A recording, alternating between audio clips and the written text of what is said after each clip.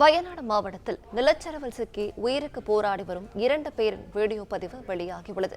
விவரங்களை நம்முடைய செய்தியாளர் சதாம் வழங்கிட கேட்கலாம். சதாம், வணக்கம். இது தொடர்பான முழு விவரங்கள் என்ன பதிவு பண்ணலாம்?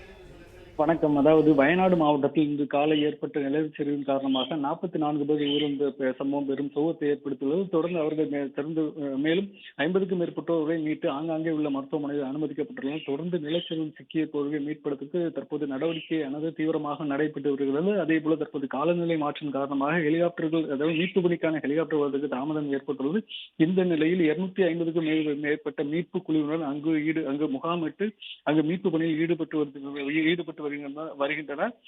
தொடர்ந்து அங்கு கேரள அரசின் அமைச்சர்களும் முகாமிட்டு சிறிது நடவடிக்கைகளும் மேற்கொண்டு வருகின்றனர். மேலும் பல்வேறு துறைகள் சார்ந்த 24 மணி நேரம் அவசர அழைப்பு எண்ணும் விடுக்கப்பட்டுள்ளது. இந்த நிலையில் வயநாடு மாவட்டத்தில் நிலச்சரிவில் சிக்கி மண்ணில் புதைந்து உயிருக்கு போராடி 2 பேர் குறித்த காட்சிகள் தற்போது வெளியாகி அதிர்ச்சி ஏற்படுத்தியுள்ளது. தொடர்ந்து அவர்களை மீட்கும் பணியில் மீட்பு படையினர் விரைந்துள்ளதாகவும் தற்போது தகவல்கள் வெளியாகியுள்ளது. மேலும் இந்த நிலச்சரிவின் ஏற்பட்டதை தொடர்ந்து மாநில அரசின் அனைத்து பொது நிகழ்ச்சிகளையும் இன்று ஒத்திவைக்குமாறு அங்குள்ள கேரள முதல்வர் பினராயி விஜயன் உத்தரவிட்டுள்ளார். தொடர்ந்து இந்த மீட்பு பணிகள் தீவிரமாக நடைபெற்று வருகிறது. மேலும் இந்த மழையின் காரணமாக சற்று ஒரு சில இடங்களில் மீட்பு பணி தாமதமாக ஏற்பட்டு வருகிறது.